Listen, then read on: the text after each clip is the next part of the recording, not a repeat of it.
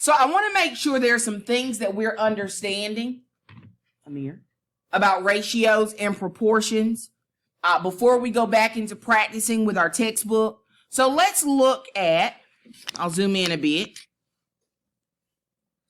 what a proportion is.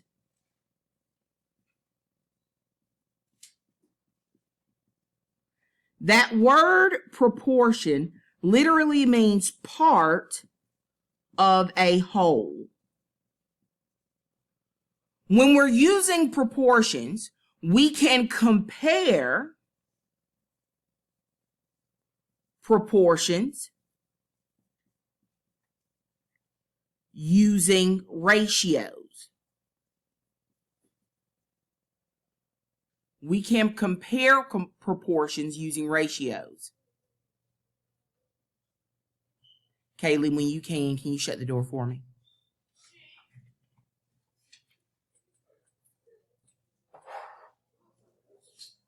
I'm about to move this up for us a bit.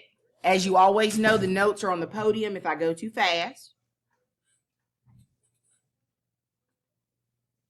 So, example 1 here.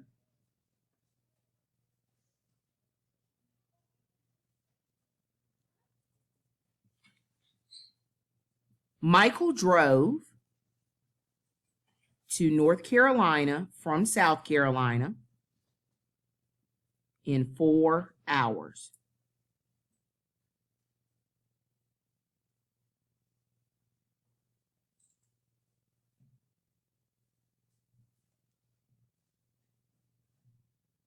He traveled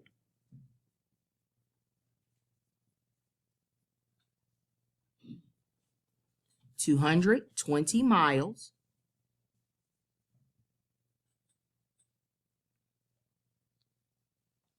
how many miles did he travel in 1 hour? And that's a question mark over there on the side.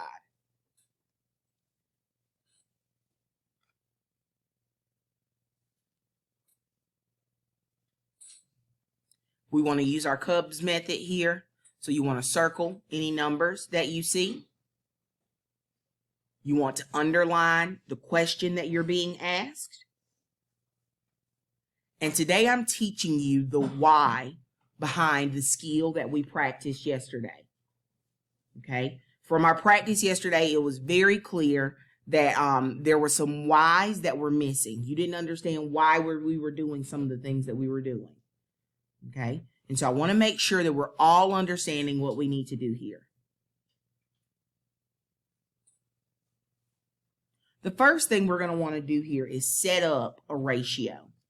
The first thing we'll want to do here is set up a ratio where we're comparing miles to hours. Yes, sir? Yep, give me 1 second. Where we're comparing miles to hours. Remember, when we set up a ratio, we could write it like this with our colon, or we could also write it as a fraction.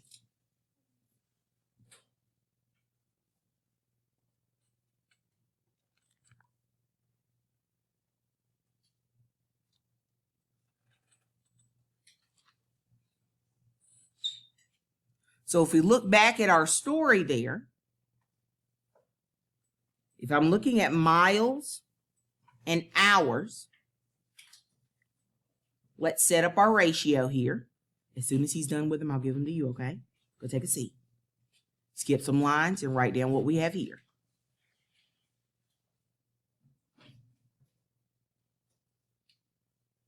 How many miles did he travel? 220. In how many hours? 4. What we want to know here, this is where the proportion comes in. This is where we're comparing. Okay, this is where we're going to be comparing here. We want to know how many miles did he travel in an hour. Now, I want to hear from you. What are some ways that you would figure this out?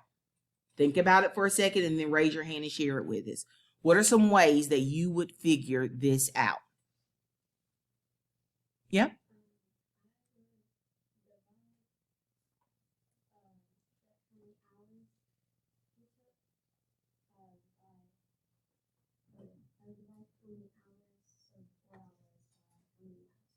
Yeah. So what we see here is we have to think about how we got from 4 to 1. And how did we do that? We divided by 4. Would you agree with me there? We didn't subtract 3. We divided by 4. We're going from part to whole. Okay? We divided. Whatever I did here, I have to also do here. So if we have our calculators handy, we can definitely do that. I'm just going to do some old-fashioned long division here.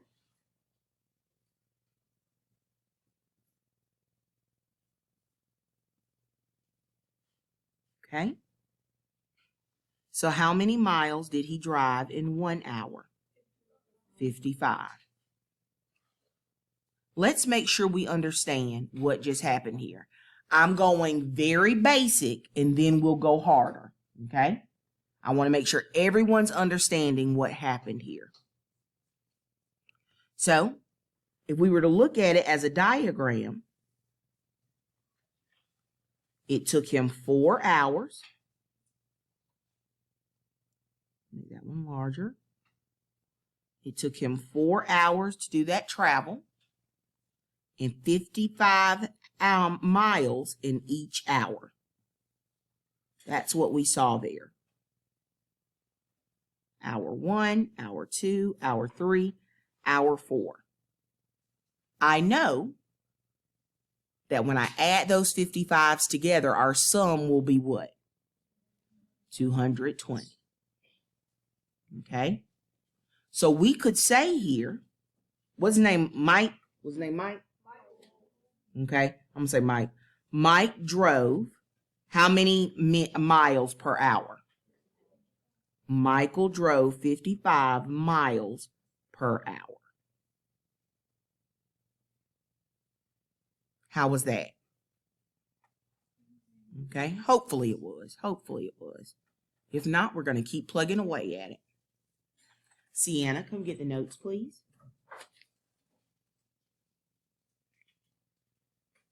Example 2. There you go.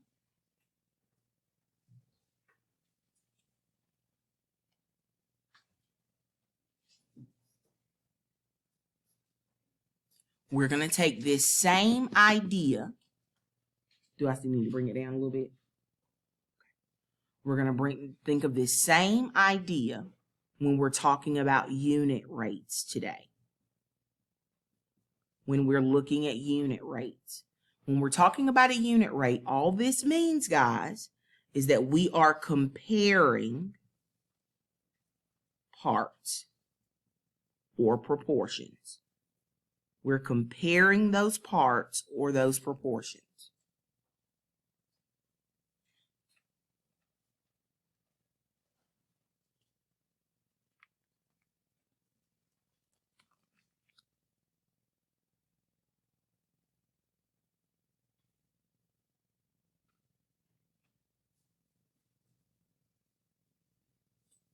So forgive my drawings here. I'm going to try my best. This looks like a beaker or a graduated cylinder. We'll be fine. Okay. We have 20 fluid ounces. And we have 10 fluid ounces.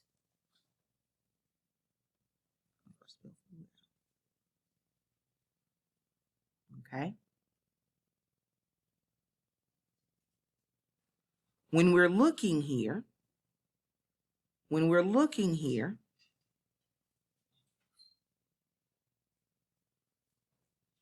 whatever this is, let's say it's a soda, Coke. When we're looking here at this, we see that this costs $1.89. The 10 fluid ounces cost $1.25. And I'll move it up in a second.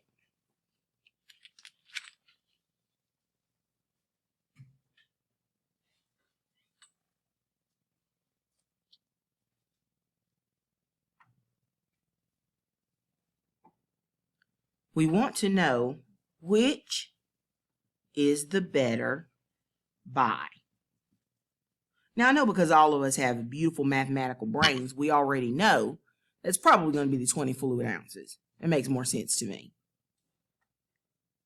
But we want to be able to prove it.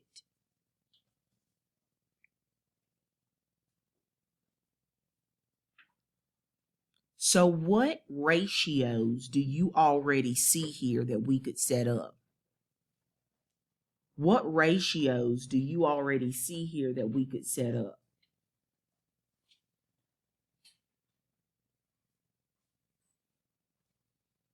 Yes, ma'am. Yep. So I'm looking at ounces over price.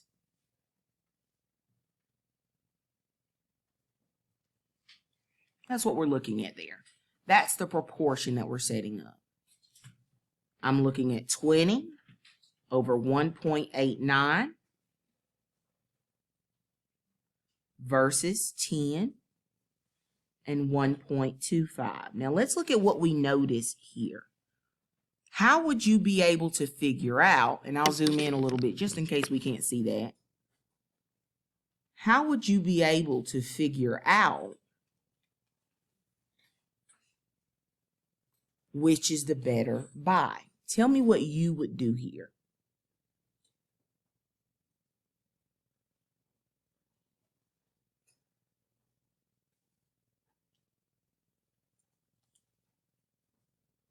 So what we could do, we want to remember that that fraction bar is division. Can you write that in your notes so you can make sure you remember that? That fraction bar is division. And I'm looking here at 20 divided by $1.89. $1.89. Torian, did I leave my phone over there? You see it? Oh, it's in my pocket. Never mind. I got it. Because I'd like to find out how much is 1 ounce of drink in each of these bottles.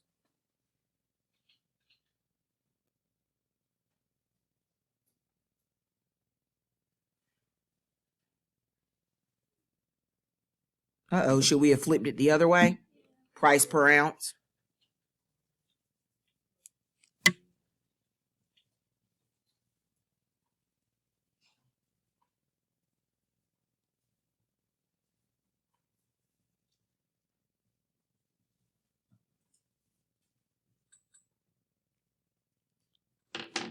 Okay. So here we have 9 cents per ounce. And here, with the smaller bottle, we have 13 cents. I'm going to round to the nearest hundredths place. 13 cents per ounce. So based on our math here, which is the better buy? The larger bottle. The larger bottle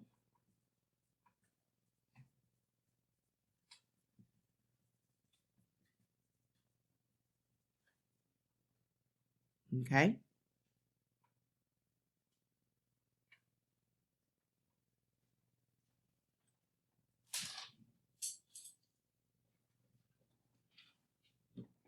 Are there any questions